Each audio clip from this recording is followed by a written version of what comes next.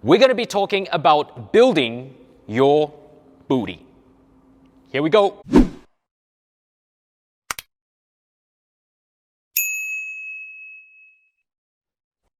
Hey guys, it's Ben Seong here from Learn Australian Strength Performance, Learn ASP. Welcome back to our YouTube channel. Well, today we'll be discussing about booty building exercises.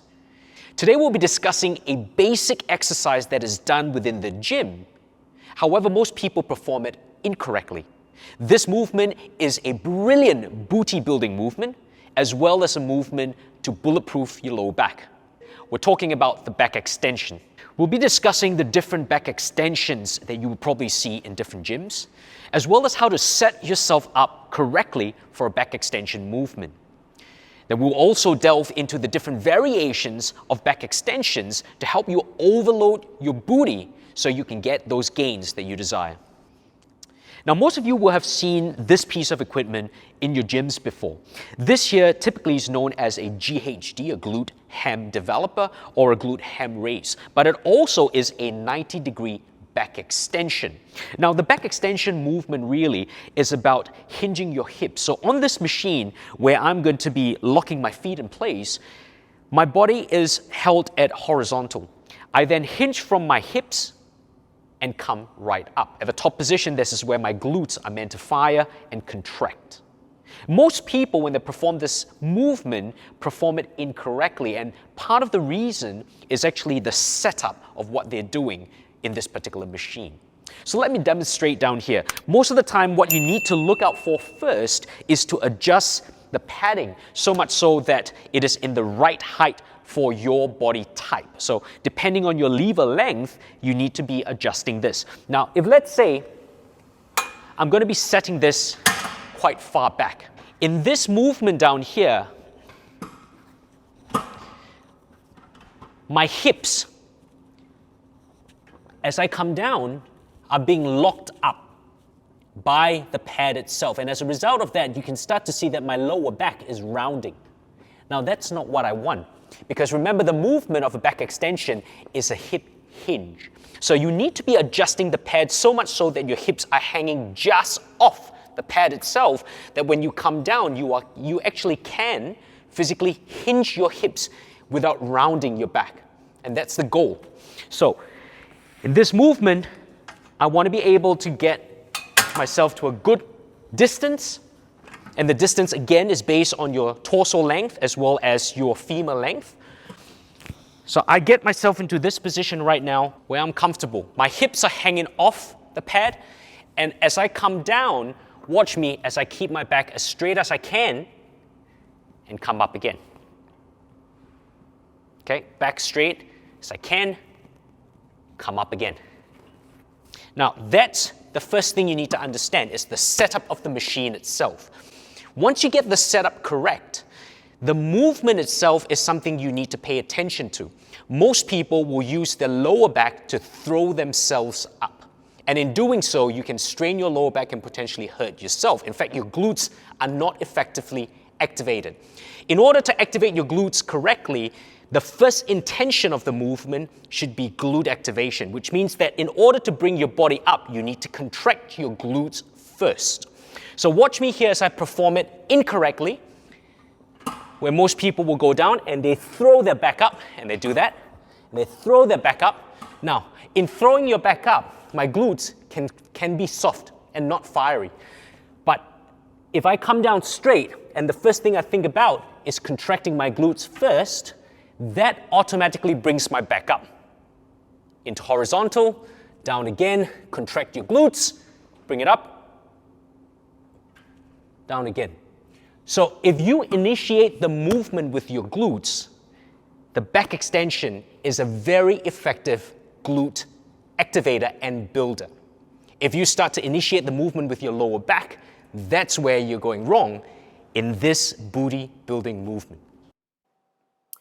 Here are some variations that I'm going to introduce with regards to learning how to overload during the back extension. The first example down here is learning to overload yourself in the eccentric movement of the back extension. Now remember, the eccentric movement in any sort of lift is the portion of the lift where you can lift the most load. This is also where you can tax your body the most for hypertrophy. So in this particular movement, I stretch my arms up, biceps to ears straight on the eccentric movement. This actually increases the loading on the eccentric, and as I pull my arms back to the chest, this decreases the loading as I come up on the concentric. So this specific movement down here is one that doesn't require any weights. However, what it does do is it helps you to overload your body on the eccentric phase of the back extension. The second variation that I'm going to be introducing here is a snatch grip barbell extension. In this particular movement, you watch me as I hold the barbell in a wide grip or a snatch grip. In doing so, I actively recruit my upper back fibers. So I'm talking here about my rhomboids, my traps, my lats that are all actively recruited while I perform this particular back extension. Typically, the back extension, as we mentioned earlier, your glutes are the main primary focus down here. Your lumbar regions will get recruited as you perform this movement. However, your upper back sometimes may tend to be neglected, and in fact, some people tend to round their upper back while doing this particular activity. In a snatch grip barbell back extension, you get to recruit the entire posterior chain while performing the back extension itself. So it's a great bang for buck movement, but be aware that because you are holding a bar of 15 to 20 kilos, it is a loaded movement, and it will require the fact that you are proficient in performing a back extension before jumping to this particular variation. This third variation that I'm introducing here is a variation that uses a single load. However, by varying the position of the load along the body, you can choose to make the back extension an easier movement or a more difficult movement. In performing this activity, watch me as I hold the plate closer towards my hips. I've chosen an area that's just where my abs are. Holding the plate here would mean that the center of gravity is straight down the middle, which also means that it's a lot easier to perform the movement. As I start to move the plate then closer towards my forehead, as I bring it towards my neck here, it makes the movement a lot more difficult because now the load is further away from the pivot point, which is where my hips are. Now, as I start to extend the weight even further forward towards my forehead, this is where the movement really starts to get tedious and difficult because the load is furthest away from my hips.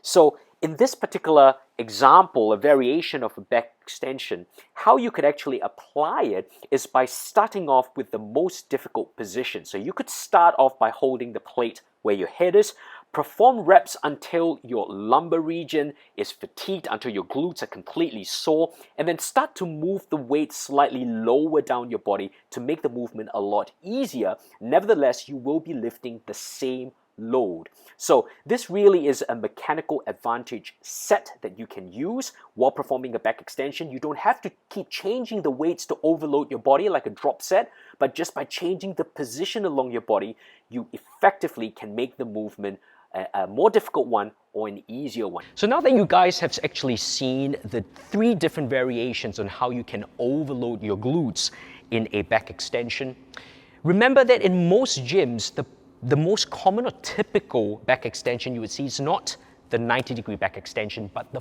45-degree back extension. And that's one where it is angled at 45 degrees.